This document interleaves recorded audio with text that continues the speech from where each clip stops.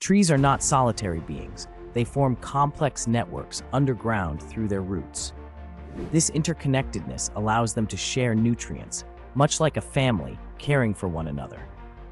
When a tree is under threat, it can send chemical signals through its roots to warn neighboring trees, prompting them to bolster their defenses.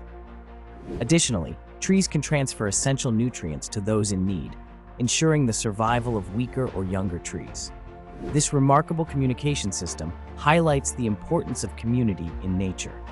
By supporting one another, trees create a resilient ecosystem that thrives, showcasing the profound interconnectedness of life in forests.